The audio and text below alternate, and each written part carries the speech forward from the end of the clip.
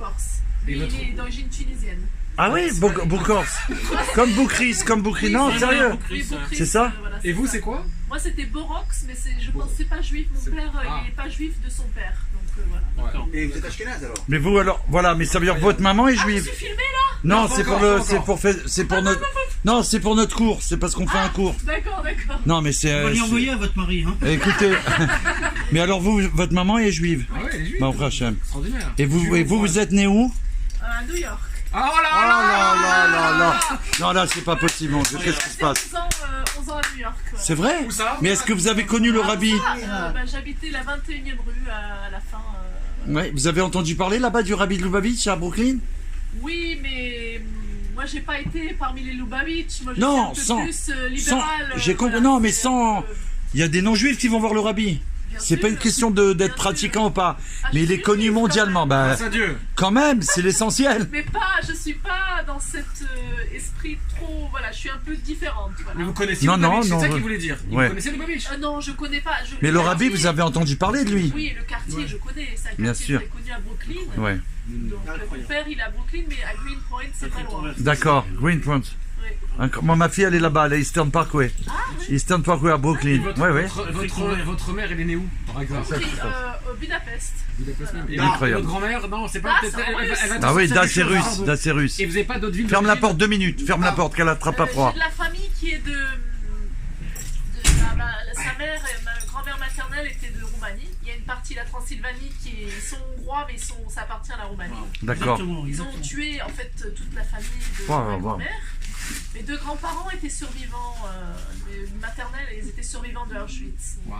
Aïe, que Dieu soit Vous béni êtes ce pas qui se rentré passe par aujourd'hui. hasard, hein. Il ne comprend pas ici. Vous On n'êtes peut pas pas rentré comprendre par ce qui J'ai se vu passe. qu'il y avait, je sais pas quoi. La lumière. Bah oui. Incroyable. C'est Ah, la Hanouka, lumière. c'est Hanouka bientôt, vous savez, dimanche C'est le soir. temps, c'est le temps. Dimanche soir, Voilà, dimanche soir. voilà. Alors, Ouais. moi j'allume la bougie de Hanouka. Magnifique. Il faut allumer 8 jours, vous savez? Oui. Alors, dimanche. J'avais imprimé les prières. Magnifique. Alors dimanche, si vous voulez, on se donne rendez-vous au pied de la Tour Eiffel. Vous êtes à côté. Non mais je rentre demain. En Où? fait, maintenant on habite à La Rochelle maintenant. Vous habitez à La On a Rochelle. quitté Paris là. J'ai compris. Alors vous avez une boîte de Hanouka. Vous allez aller. J'ai Menorah, moi. Non, Hanoukia. voilà, vous l'amenez avec vous à La Rochelle. Je l'ai. C'est important. Alors Allumez magnifique. à Fort Boyard. Alors Oui, Fort qu'est-ce que- Boyard, c'est à côté. Bah oui. C'est à côté. C'est une île. Oui, alors je sais. rappelez-moi votre prénom à vous. Liliane Judith. Judith, Liliane, Judith, que Dieu vous bénisse, vous et toute votre famille, Bezrat Hashem. Il faut Amen. savoir que la venue de Mashiach, Oui. comme le rabbi l'a annoncé de New York justement, il est le prophète de la génération, il est le Moïse de la génération, et plus que ça, il a été authentifié Oui. par des centaines de rabbinim, des juges, comme le Mashiach de la génération. Ah oui. C'est lui qui va délivrer le monde, le peuple juif d'abord et le monde entier. Très, très bien. Donc ça veut dire quoi? Ça veut dire que dès que Mashiach il va se révéler, Oui. tous ceux qui ont, avec l'aide de Dieu, il y a deux possibilités. Attendre un certain temps pour que ceux qui sont partis vont revenir dans le monde. Oui. Mais le rabbi il a dit qu'il y a une possibilité, si on a mérité, qu'ils vont revenir tout de suite. Parce que, et comme le rabbi après il a fait savoir que notre génération, on a mérité la Géoula, ça veut dire quelque chose d'incroyable, Oui. d'accord? Donc on va mériter de revoir tous nos disparus. Et particulièrement ceux, et vous d'ailleurs j'ai étudié ça. Vous êtes rabbi? Non, le rabbi, non, moi je suis un de C'est lui, ses le envoyés. rabbi, c'est lui, le rabbi.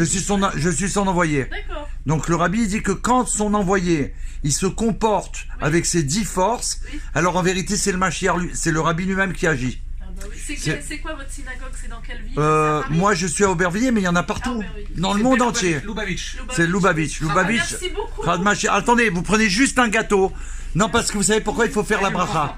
Tiens. Vous allez faire une.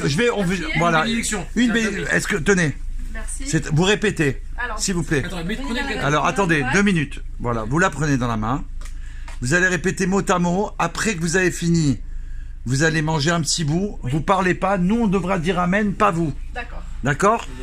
Alors là, c'est un moment spécial à Kadosh Baruch Hu. Je t'en supplie, il se passe quelque chose de spécial.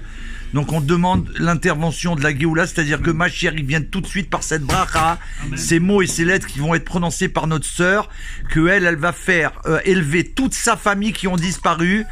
Il va se passer quelque chose pour toute sa famille depuis Adam Arishon. Amen. Amen. Alors Baruch, Baruch. Ata, Ata. Adonai, Adonai. Eloheinu, Eloheinu. Melech, Melech. Haolam, Haolam. Boré, Boré. Miné, Miné. Mezonot. Maisonnot. Amen. Mangez. Amen. Un petit bout déjà, avalez un petit bout. Après, vous pourrez parler Amen. Tiens, regarde des Baruch Hashem, que Dieu soit béni. Vous voulez un peu de coca? Non, c'est vrai? Vous voulez goûter un petit maïs? Non, alors laisse-la manger le gâteau. Mangez le gâteau. Ça, c'est pas, on s'en fout de ça. Voilà. Merci. Alors, on va dire un mot de Torah et vous pourrez y aller. Un mot pour vous, parce qu'aujourd'hui, on recommande. Bon, vous pouvez manger. Ça y est. Ce que vous voulez. On va dire juste un mot. Vous pouvez parler maintenant. Amen, voilà. Merci beaucoup à vous. Alors, on va répéter tous ensemble. On répète tous ensemble. Alors, faites la bracha sur le lechaim. Baruch. Ata, Adonai, Eloheinu, Melech, Haolam, She'akol, Nia, Bidvaro. Amen. Voilà, la fin des chaim de Géoula là. Oh là là là. Ma chère, alors un petit mot pour elle et vous y allez. Allez-y. Keter, parce qu'on va rentrer dans le vin. Elle vaut 3 milliards. Non, alors le Keter, ça veut dire quoi? C'est le vin. Là maintenant on est dans la nuit, c'est le vin qui se lève.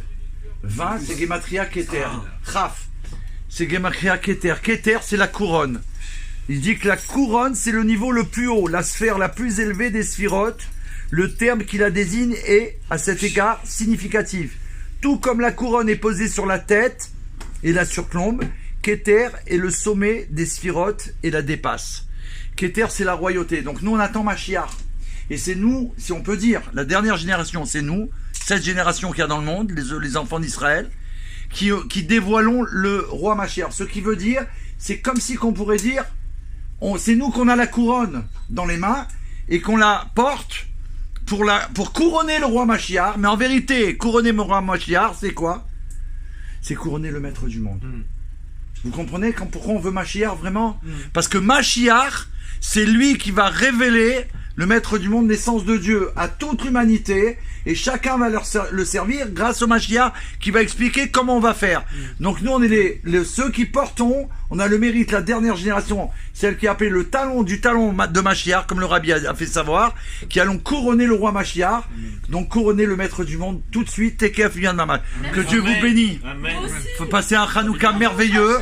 Baruch Hashem. Tenez, un pire Hanouka et Rosh Hashanah. Alors on lui souhaite. Attendez, tous ensemble, très vrai. Attention, la bénédiction de Rosh Hashanah. Oui, tout de suite. Je comprends. On va faire une bracha. C'est pas ça, c'est que. Mercredi. Non, elle était là. Non, mercredi. Ah ouais. Alors ne bougez pas, on vous transmet la bénédiction. Voilà. Elle est où la bracha? Je vais louper mon bus. Non. Alors voilà. Bonne fête, Shana Tova. Soyez inscrites et scellées pour une bonne année dans l'étude de la chassidoute et dans l'application de ses valeurs. Amen. En bonne santé. À bientôt. On se retrouve avec Mashiach. Merci beaucoup à vous. Merci, Amen. Merci beaucoup. Ça s'appelle un moment divin qu'on vient de vivre. Vous êtes d'accord ou pas? Ça veut dire, voilà, en live. J'ai ma grand-mère qui est de Médibos. Moi, je vais dire ma grand-mère elle est de Kiev. C'est spécial. Elle aurait pu passer sans monter là. C'est elle qui a voulu monter. C'est de la folie. Donc voilà, on a partagé avec vous. Voilà, alors c'est spécial. Alors Keter, est-ce qu'on peut... Qui c'est qui filme là? Vous. Voilà. Merci beaucoup. Est-ce qu'on voit bien avec la lumière? Oui. Merci beaucoup, Hachem. Là, ce qui s'est passé, je vous dis franchement, j'ai failli exploser. C'est trop fort. Que Dieu soit béni, parce que vraiment, nous on avance, on ne sait pas ce qui va se passer.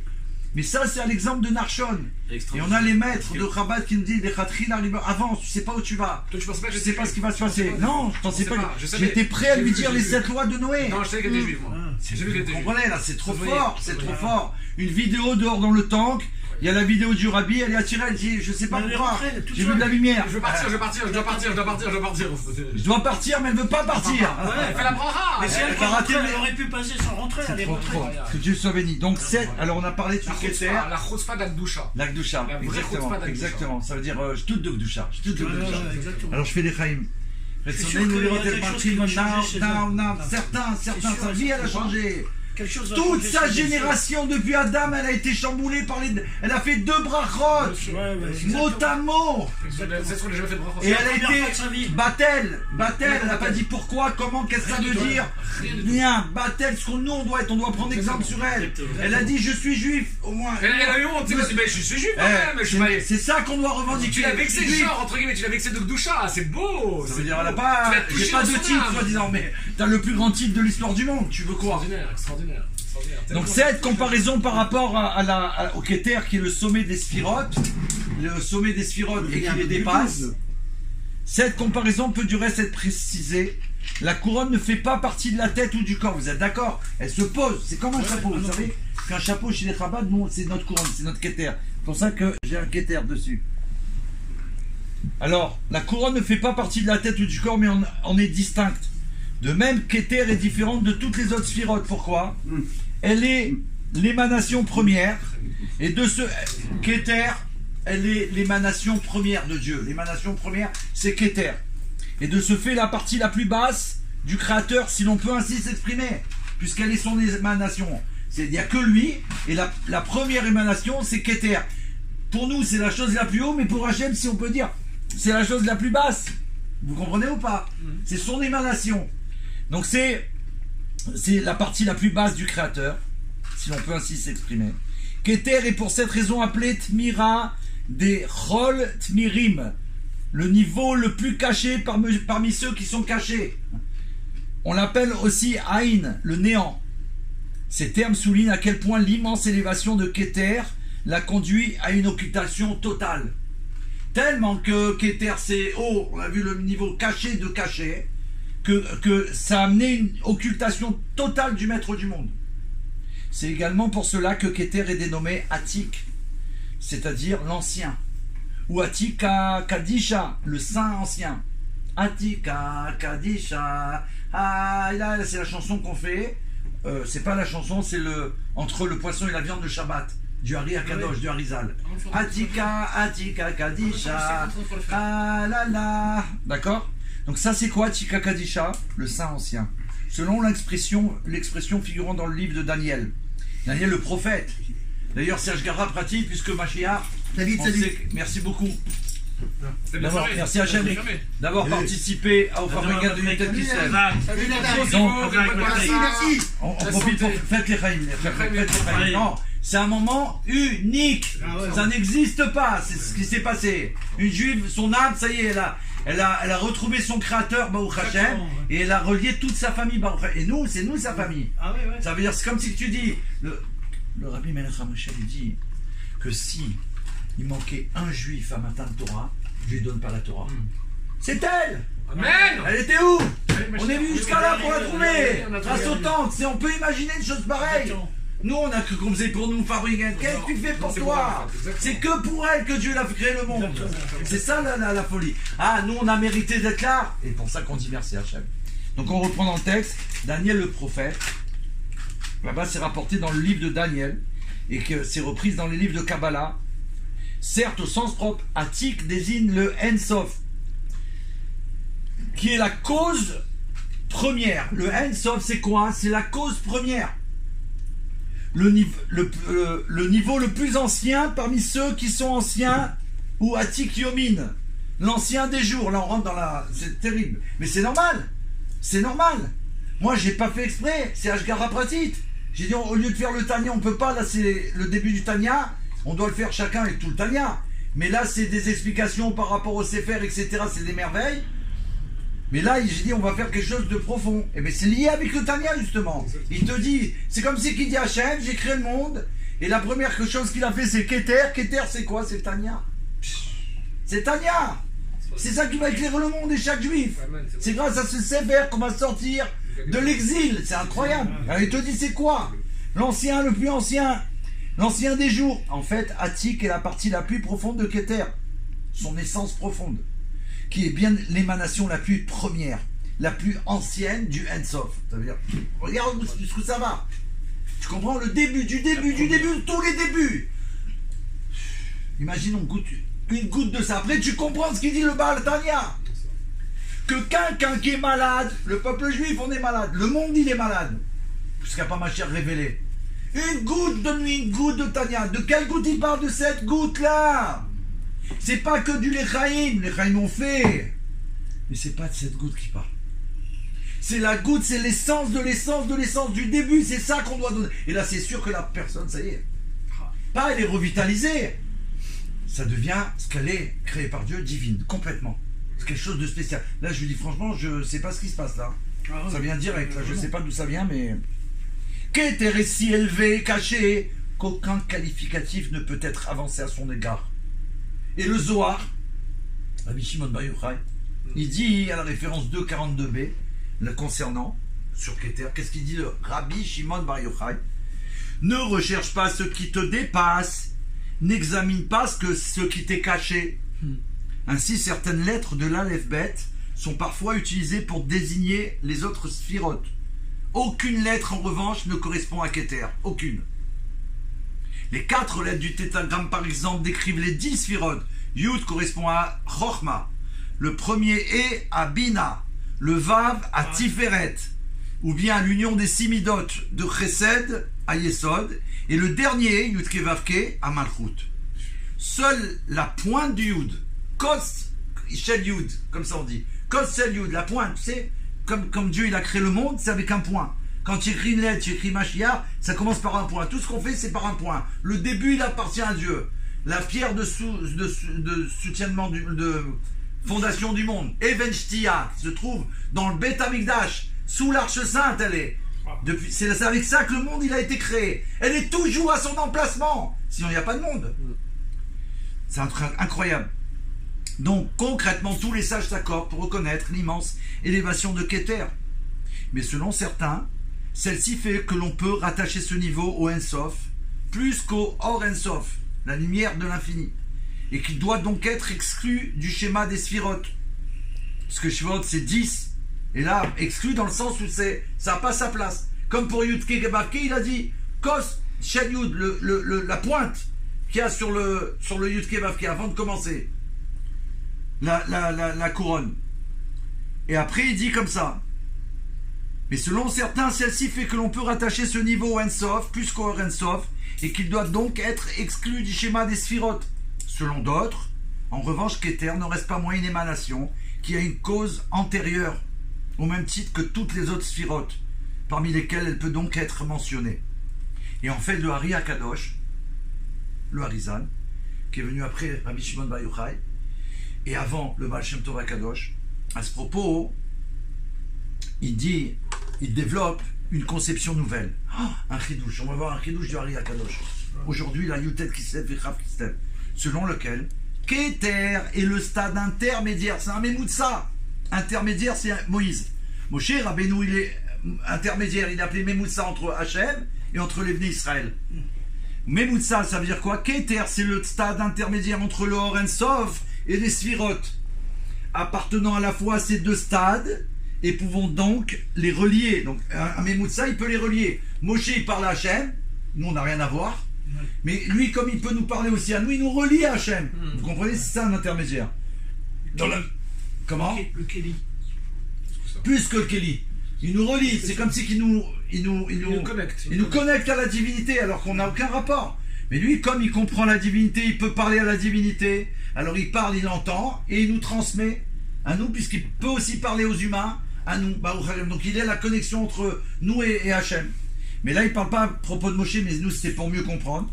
Et donc il dit que, selon lequel Keter est le stade intermédiaire entre le Or Ensof et les Sphirotes, appartenant à la fois à ces deux stades, et pouvant donc les relier. Donc du coup, il les relie. Le Rabbi, Moshe Rabbeinu, il nous relie à Hachem. L'Admour Hazaken, il nous relie à Hachem. Quand on étudie Tania, il nous relie à Hachem. Là, en ce moment, il y a Hachem avec nous.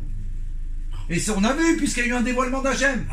On l'a vu clair, ça veut dire on a filmé, ça on ne peut pas. On a mérité de filmer, ça veut dire.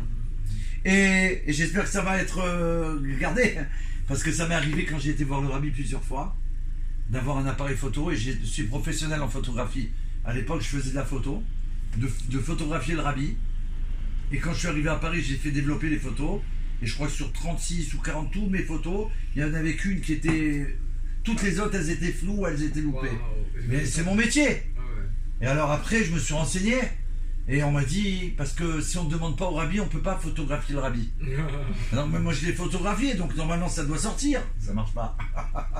Ça fonctionne pas. Tu sais que quand on était en Ukraine, on était sur le tombeau de Nourazaken, il y avait Rav Matizov qui était là.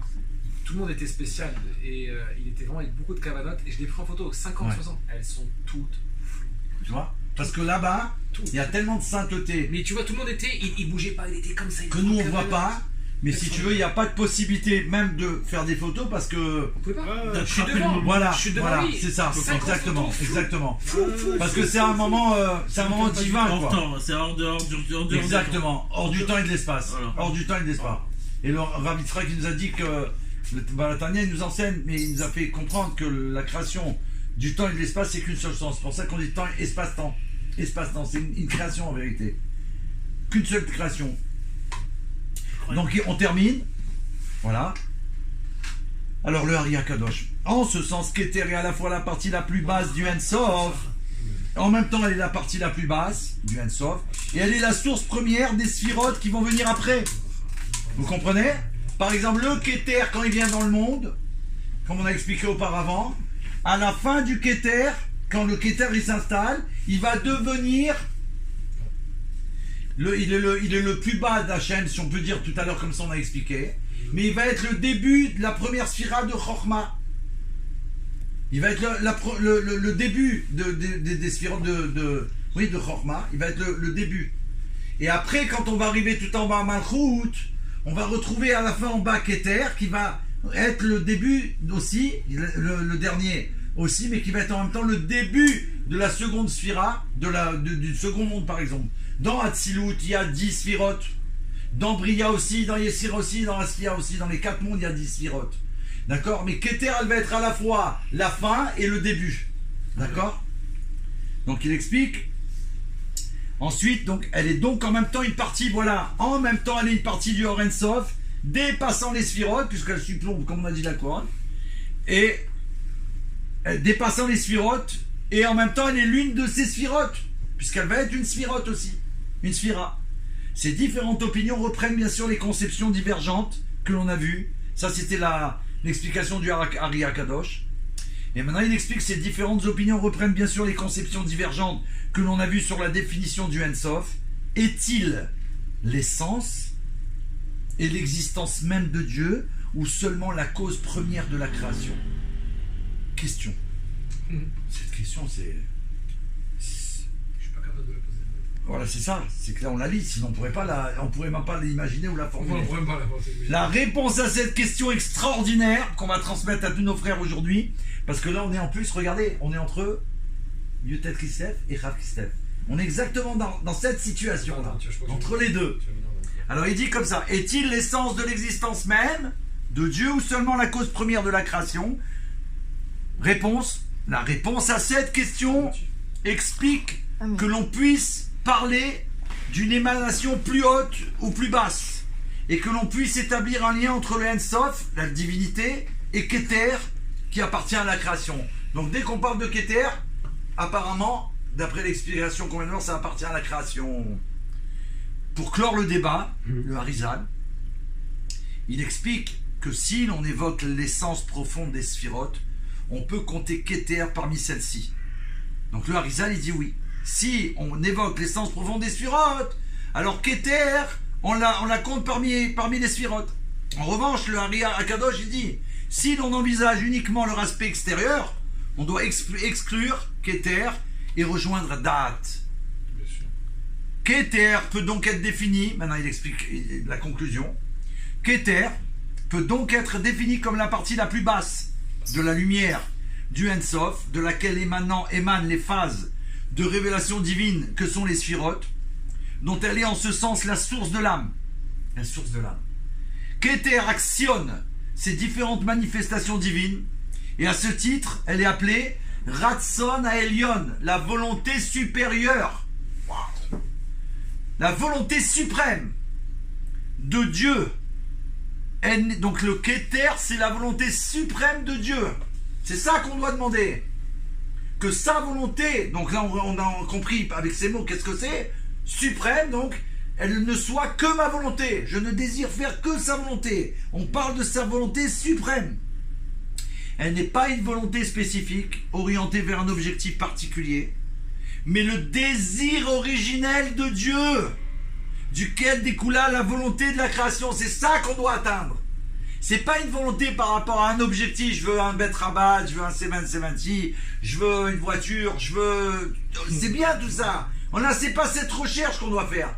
La volonté suprême, c'est-à-dire arriver à la volonté suprême d'un Kadosh Baruch Hu, qu'il a eu quand il a eu la volonté de créer le monde, qui englobe tout le monde.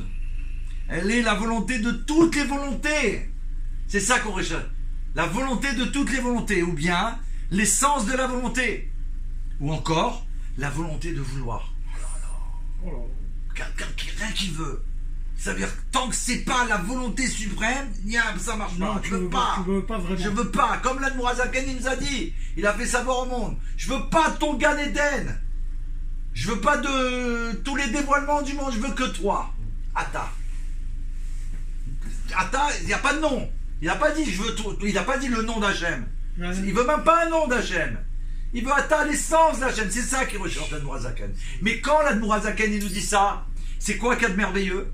C'est qu'il nous dit à nous, juifs, je vous donne les moyens de faire comme moi et de demander à Dieu que ça, d'obtenir ça. C'est ça que l'Admour Azaken. C'est ça la force des Rebbeim, c'est ça la force de Moshe Rabbeinu.